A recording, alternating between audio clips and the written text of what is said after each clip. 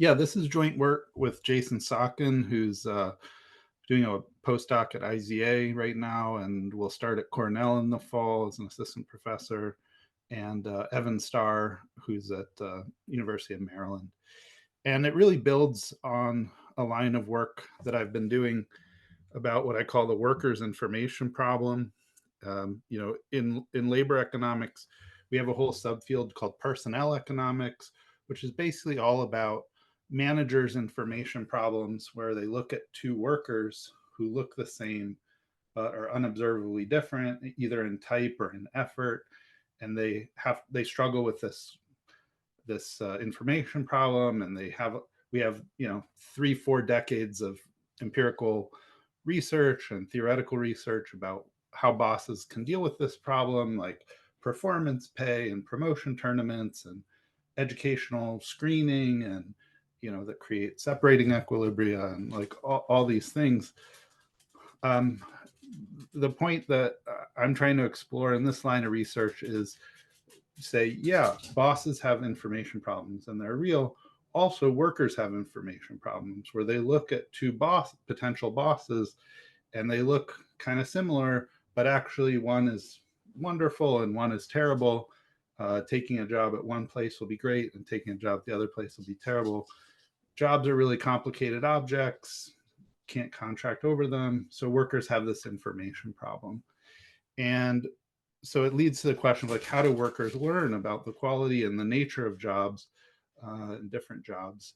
And jobs are very um, there's a lot of jobs out in the economy, and sort of there's a small set of demanders for information about any particular job, a small set of suppliers with information about any particular job.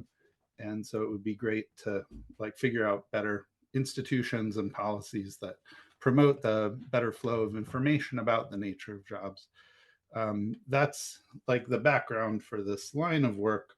um, this study itself is about non-disclosure agreements, which, as the name suggests, are about keeping certain information silent. Uh, these really came to the forefront in the wake of the Me Too scandal, because it came out that a lot of bad workplace practices and behaviors were being suppressed and hidden in the shadows by non-disclosure agreements, um, that bound workers and employees or former employees um, from sharing information about uh, the nature of working at a certain place. Um, and this is from a newspaper article. More and more employers fight back with what you signed on the dotted line. The contractual agreements you sign when you onboard as an employee are being used to silence negative feedback from employees. And in a survey, we're going to use data from sort of the first nationally representative survey that measures the prevalence of NDAs, that asks workers about it. And in that survey, about 60% of American workers say that they are bound to some kind of non-disclosure agreement. So this is not like a trivial small issue. This is a very widespread practice in the labor market. Um, and there have been a lot of concerns about this practice in the labor market, but there's been like very little empirical evidence. So like we can understand the concern in theory, um, and there's been a lot written about it in theory, but not much that actually takes data to it. Um, so who's hurt if this negative information doesn't flow? Primarily there's these externalities. So if a worker coming into a firm ignorant of conditions there, somewhat ignorant, not fully informed of conditions there, signs an agreement with an employer, uh, they might later be surprised by what they find. And the fact that they don't share that information, this is a contract between those two parties, but there are other parties that have an interest in the information such as job seekers who would value that information for their own decisions, consumers who might patronize firms who would value information, particularly also competitor employers who can't distinguish themselves, can't create a separation from sort of bad practice employers. The main challenges for studying NDAs, up until recently, there hasn't been systematic data on non-disclosure agreements. They're not registered anywhere. They're private contracts. It's difficult to distinguish two stories. Like, NDAs do have a good purpose. They are meant to protect trade secrets. That's the original justification. They're meant to protect proprietary confidential business information. And that giving employees access to that information might then allow them, make it more sensible for firms to invest in training and pay higher wages, make the worker more productive. So that's good. And so you see like good quality jobs being associated with non-disclosure agreements. But at the same time, there's this broadening of NDAs away from the original narrow purpose of protecting intellectual property towards just silencing workers about working conditions in general. And these are difficult to distinguish. Also, up until recently, again, there's been little regime change in policy. So there's been sort of a constant policy environment. In 2019, a couple of legal scholars in this area wrote, "We don't have a counterfactual firmly in hand. That is, to know what hushing contracts do, the gold standard would be to find a legal regime that switched from enforcement to non-enforcement. And to date, we haven't had one available." But we're going to try to tackle this. So we're going to look at, in the wake of Me Too, a few states changed their laws. And so we're going to use that, and we're going to study how worker willingness to disclose negative experiences at work changed. So we're going to measure the effect of broad NDAs by looking at how this changed when the law narrowed the enforceability of NDAs.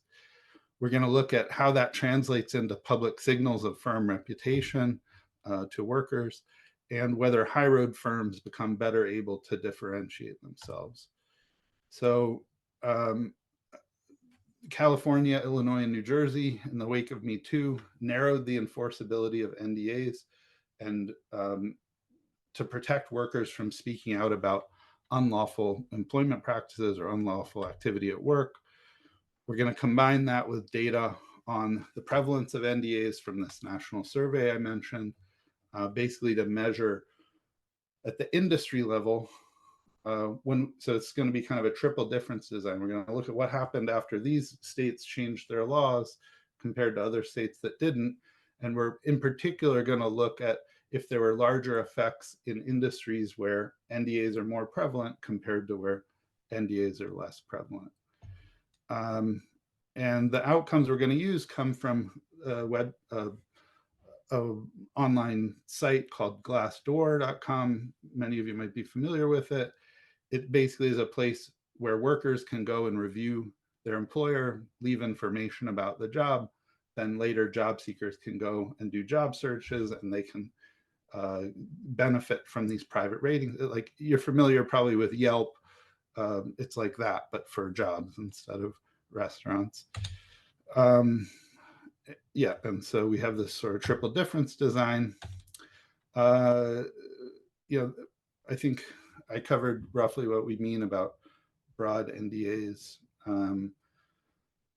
They go, it goes by other names also, non-disparagement agreements. I got a copy of the Weinstein Company's employment contract, and this is the relevant clause from there.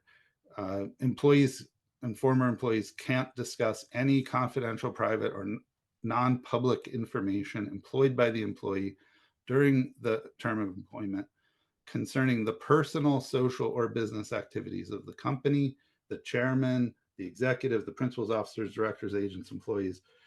And that's that's one like high profile example, but it's not a unique example in any sense. There's a lot of um, example. It's hard to get systematic evidence about what are the terms in non-disclosure agreements, but you can get random ones here and there, and they're pretty common. There's a website called nondisclosureagreement.com/employees that gives a template agreement for employee NDAs, and you can see this boilerplate language uses a very vague and general definition of what's confidential, anything that's not generally known, uh, and relates to the business, which could adversely affect the company's business. And this has been downloaded 275,000 times. So um, we're going to offer a little theoretical model to pin down ideas. This is nothing fancy, but basically think about, we're just going to give us a way to think about what we would expect in terms of the flow of information. So think about firm quality, mu, and then workers have an experience, sigma, that's a function of that quality. And then they are asked to report their experience, so they send a public signal S. But let's say that there's a cost, a retaliation risk from the employers that depends on the signal that they send. If it's more positive, there's no retaliation risk. If it's more negative, there's a retaliation risk. That's kind of the fundamental asymmetry at play here. But also it can depend on the broadness or the enforceability of an NDA parameterized by alpha. So what's the worker going to do when they're going to choose their optimal signal? They have some altruistic motive to be truthful, to relay their send a signal that matches their experience. And so that's going to push them to accurately relay their experience. But then they also have to shade a bit because there's the possibility of a retaliation cost.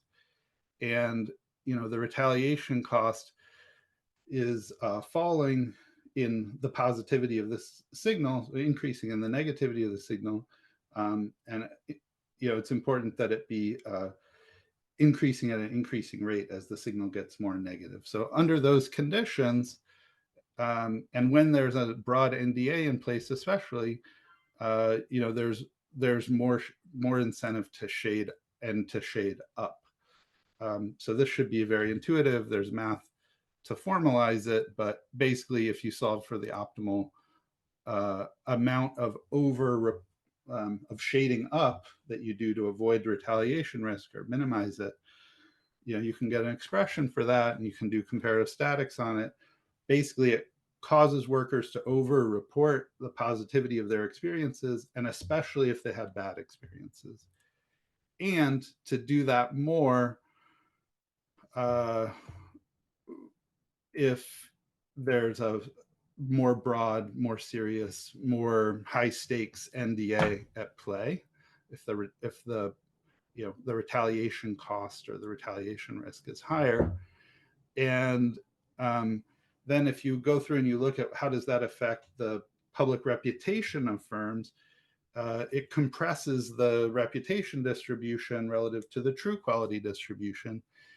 And maybe for big firms, you might think, oh, the law of large numbers is going to kick in. So I think this is especially an issue with smaller firms, with younger firms. It's especially an issue for like entry and competition, because like incumbents, we're used to thinking about new entrants as having a strategic struggle to attract new customers and build their credibility to attract new customers.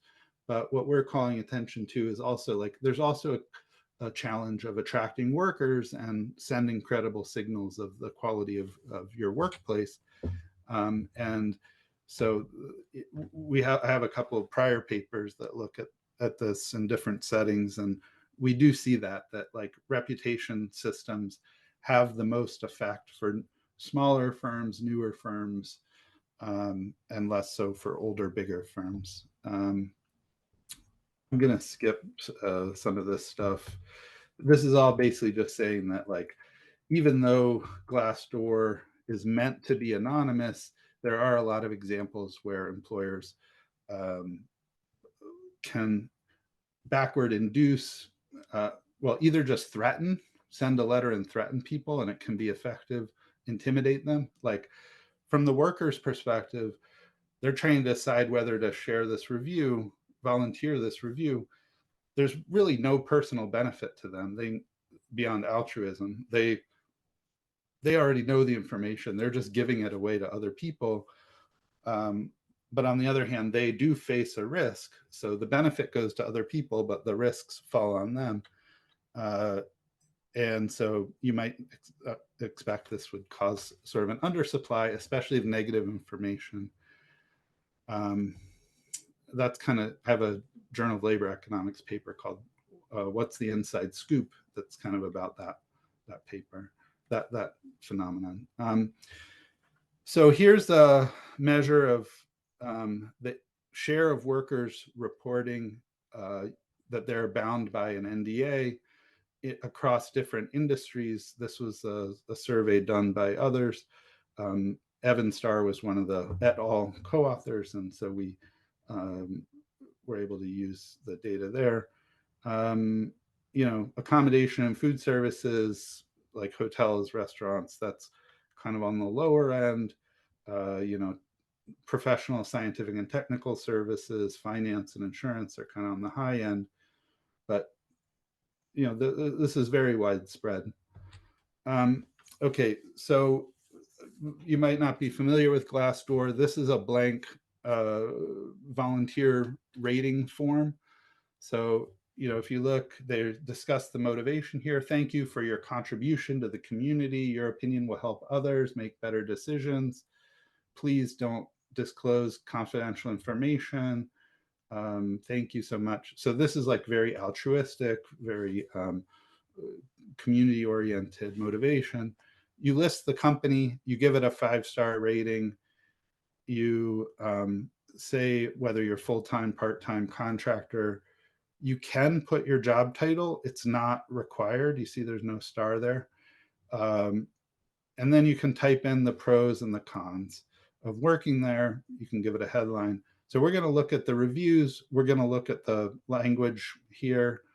We're going to look at the choice people have to reveal their job title. So empirically, we're going to look at, do these laws that narrow the enforceability of NDAs reduce the retaliation risk, affect the information flow, the average firm reputation, and the dispersion of firm reputation, especially in industries where NDAs are more prevalent. So we just have like a triple difference kind of model. Basically, there's a coefficient on the interaction between, is this a state in a time after a law passed where the law narrowed the enforceability of NDAs, and that's interacted with this industry level measure of NDA intensity. So we'd expect to see bigger effects, bigger changes in places where NDAs are more prevalent, in industries where NDAs are more prevalent. We do a triple difference. That's our main thing. We also do like a bunch of double difference analyses too. All right, but here's the first result. So it looks like broad NDAs suppress negative information from being disseminated, because when the law changes to narrow the enforceability, we see a decrease in the share, an increase in the share of review text that's devoted to the cons of working at a place relative to the pros. So this is just like the length of text in the cons field divided by the length of the pros plus the cons. You can see that, the cons length goes up by about 7%. References to harassment in the text, using keywords, goes up by a lot. Like, this is a very small base, but it goes up, almost doubles. References to illegality in the text go up by about 10%. Offering management advice, which is like do better, goes up. These are kind of the event studies on the length of the cons section. So, this is kind of our benchmark specification. You can see after, there's a jump up. This is sort of corresponding to this regression here. That's the average sort of post versus pre. This is if you put in worker fixed effects. So you're looking now within worker who's reviewing, before and after the law change potentially compared to workers reviewing around the same times in other places where the law didn't change. You also see evidence of a bump up. So we see more negative information flowing onto the system. We see volunteers supplying more negative information. Does that translate into a worse reputation?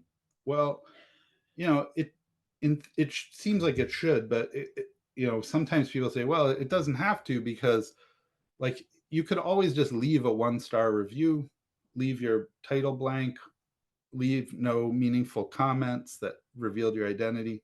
That guards you against retaliation risk. It's just like sending a 1-star rating. It's really hard for anybody to infer anything about your identity and come after you. But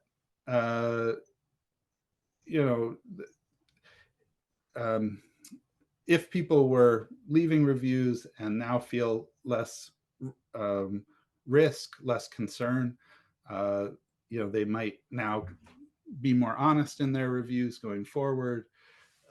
Others in the firm might learn about wrongdoing and share that. New people might come forward. So we do see, these are the event studies for the average firm rating, the average employer rating. Before it was like at the worker review level. This is at the average firm rating level. You see like a pretty, it's pretty level, flat for 2.5 years before the change, and then it sort of drops down. The one with worker fixed effects looks a little less compelling. There's this weird bump up, but it is what it is. That's what we got. We also can look at, so this is the sort of this negative 0.27 is on average the firm ratings fall by 0.27 stars. Here's different subsamples. You can see like there's a big increase off a base of 9% of reviews being 1 star. It goes up by 4 percentage points. You see like a big decrease in 5-star reviews. So this is very consistent with the model that we proposed. And yeah, average ratings fall even more among repeat visitors. Maybe people had been like being too positive in their prior review, and then they come back and give a more negative review. So one thing that I think should give you comfort about our interpretation here is that in this other paper that Jason and I have, the Inside Scoop paper, we look at the decision to conceal aspects of your identity if you're volunteering information. So when you leave a negative review, you're more likely to not put your job title or put just employee, something like that. And why would you do that? To make it harder to retaliate against you. And so we see like negative in the cross section, we see that more negative reviews tend to have more job title concealment. And we do also find that lowers the value of the information to job seekers because it's harder to judge relevance for them. But this legal change, reduces retaliation risk. And so we should actually see the opposite relationship here, that even though we're seeing more negative reviews, we would not expect to see more concealment. We would expect to see less concealment if this is the mechanism that is operating. And that is what we see. We see that there's less identity job title concealment after the law changes in the industries, where NDAs are more prevalent. So that gives us additional comfort that sort of we're talking about the right mechanism. It's not just some spurious thing that's driving reviews down, because again, like naturally speaking, in the cross section, if there's more negative reviews coming, you tend to expect less concealment. I see I'm getting short on time. I'll just take one more minute and say, we also look, it could be that every firm's reputation falls. So I've just shown you the average ratings fall. And if they all fall the same, that doesn't really make it easier for high road employers to stand out. So we compute the across firm reputation dispersion within a market, a state, an industry, a time period. And we look at how does the change in the law affect the variance in ratings, the spread. And what we see is that this narrowing of the enforceability leads to an increase in the spread of the average firm ratings within a market. This is the interquartile range. And also we look at dispersion within firms. The event study is a little less compelling there, but the regression is what it is. We do a bunch of robustness checks. The